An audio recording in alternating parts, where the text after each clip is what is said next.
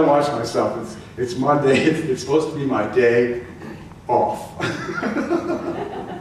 I wake up and it's like, well, I think I'm just going to get right up and take a nap right away. That's what I'm going to do. I'm going to get up immediately and take a nap right away. But no. I think I'll have a cup of coffee.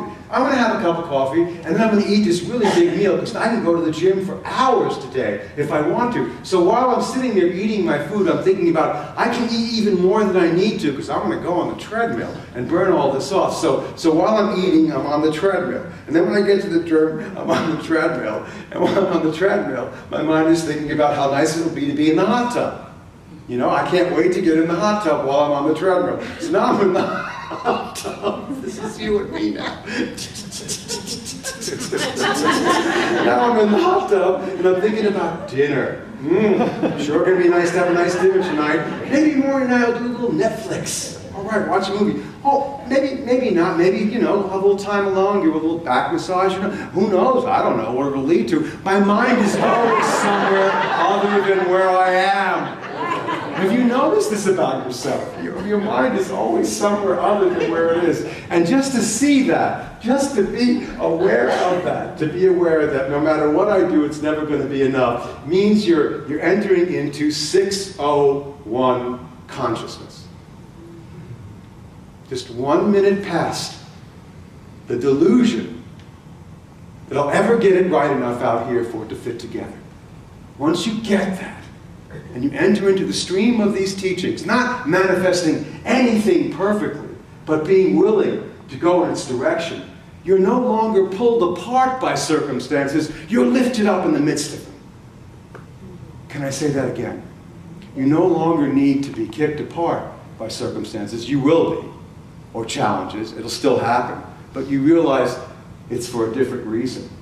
And then the teachings grab you and pull you up, lift you up, raise you up on eagle's wings, so you can be lifted up. The energy can be lifted up in you. We talked about this last week. To feel the pull of 601 means the grace that God wants to give you is available to you. The help you need when you need it will show up when you know why you're here. And look around this room now. Please, for a moment, can you stop looking at me? I love looking at me. The people in this room are generally at about 601 because they're willing to sit long enough, they haven't walked out the door yet, to get that this is not about one more thing happening perfectly out here. It's about getting awake in here. But that's why I'm here. That's what the real journey is about. The authentic journey of awakening isn't external, it's internal. And then you go out in the world. That woman who wrote that article, she still has her BlackBerry. She's one of the busiest people on Wall Street, that MIT professor. But she's seen the trap of believing that that can deliver the happiness that she isn't having with her own relationship with herself first. 601, I'm going to talk more about that. The pull, the reaching out, the grace of the Diksha, of the blessing, pulling you up, lifting you up, raising you up so you can awaken. When we're just dancing around, though, it's somewhere around 12 till 3, I call it. When you die, you go back to oneness again. Of course, everybody's ever had a near-death experience. Most people say 98%. When you come back into the one again, it's always welcome home, where you've been so long. And all the people that you loved, who loved you, were there. Your mother, your brother, your sister, butcher, baker, candlestick maker, the person whose knee you broke, and the one who cut your head off, and the one you screamed at, and the one that screamed at you, and the one that was the worst person in your life turns out to be the best person in retrospect, and everybody gets it was a cosmic dance for being pulled up to be awakened. You get that when you're consciously there in that moment. You know you're one with the one, and there's no separation from anything. But if you've not done a lot of work with your consciousness, what happens to most of us is we only have a few moments of that oneness, and then someone's spanking you in a hospital room or wherever you might be getting born, and you're back again with that sort of weird look on my face.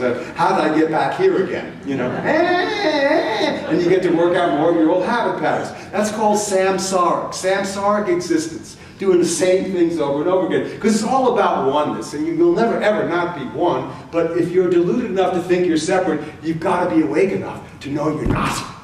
And you've got to choose that while you're in a body.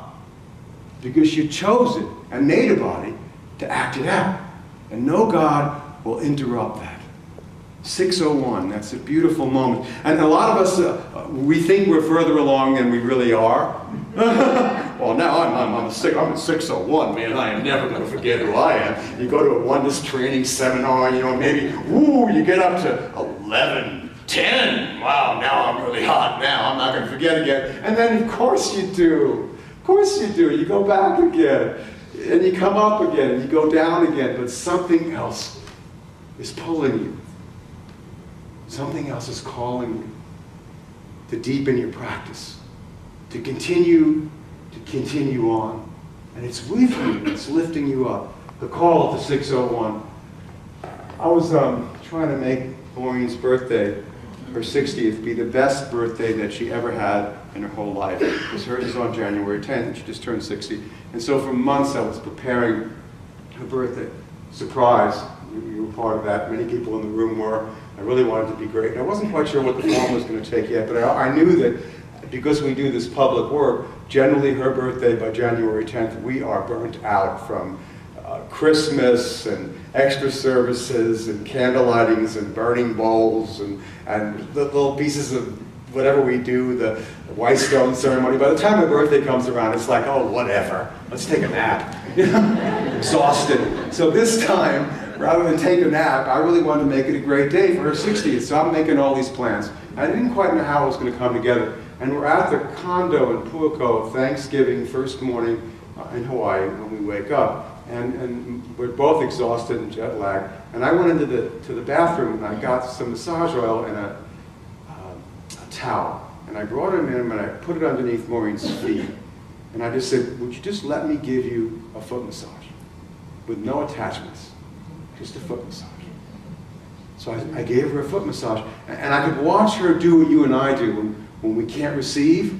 It's like, well, why don't you let me rub your feet at the same time so we can do it together? I can't just receive, can I? Yes, you can. Do you feel that? 45 minutes. Let me just give to you. You're the giver. You're constantly giving to other people all the time. Now let me give to you. You know that person in you? Sometimes can give, but doesn't know how to receive. That's the same relationship we're having with God. We have to learn not only to give, but to receive what's already been given. And I was rubbing her feet for 45 minutes. A part of me said, this is what I want the 5 days of her birthday to feel like. A foot massage from the beloved in the form of all the people that love and adore her, to give back 1/10 of what she gives to us. And I thought about, this is my life. For the last few moments I have left here, it's about being open to receiving. That I'm never going to get it perfect. But God's 2 thumbs up for you, baby. She loves you. He loves you. You're already one. I don't want to wait to get back to the oneness. I want to come from it now and receive from the beloved the massaging energy. Let it go. Stop trying to make it happen. It's already done. You're already a sweetie pie. That's why the prodigal son is kissed all over his face. Welcome back, you cutie pie. You were so busy out there trying to find oneness. Welcome back to oneness. You are the one. Oh, you forgot. I know you did. I love you. Thanks for being at least awake enough to hear it for this long. Let's go to the lesson summation for a moment as we deal with awakening from clock time to eternal time in the now moment. The first part of our lesson summation says, when we are stuck in 6:01 to 6 p.m. consciousness, life is logical and rational, but we feel disconnected from God and each other. When we have awareness that that's what's going on, we can then use whatever tools we have to continue the journey to deepening our inner connection to Spirit. So the BlackBerry and the email and the Twitter and the Facebook, you don't abandon all that, but maybe you decide one day a week, I'm not going to put any of that on. For one day, I'm going to be available to feel 2 thumbs up from the beloved with myself in a room by myself or on the beach alone. Would that be an amazing concept for us? Can I unplug for one day? Can I unplug for 1 hour? Just allow yourself to feel what that might be like. And then you can use those tools and not be used by them. Point number 2. When you hear what needs to be heard and see what needs to be seen. You're no longer pulled apart by circumstances and challenges. We are lifted up through them. I love this Course in Miracles quote. I remind myself of it often when it seems like, why is this taking so long and why do I keep falling backwards again? That the time it takes to awaken, which is what you're doing now, is shorter by far than the time it's taken to fix your mind firmly on delusions. So any step you take in truth's direction will be backed up by Spirit. One of my favorite things that I'll close with, and I've used this many times, is that if you take one step in truth's direction, 601, God will take 100. You're not alone. Grace will lift you up and awaken you to who you are. So my friends, we take grandfather time with us wherever we go. Every move, you set the clock back up in the living room. Tick-tock, tick-tock, tick-tock. There goes the cosmic clock. There's plenty of time, but don't waste any of it. There's too much to awaken to.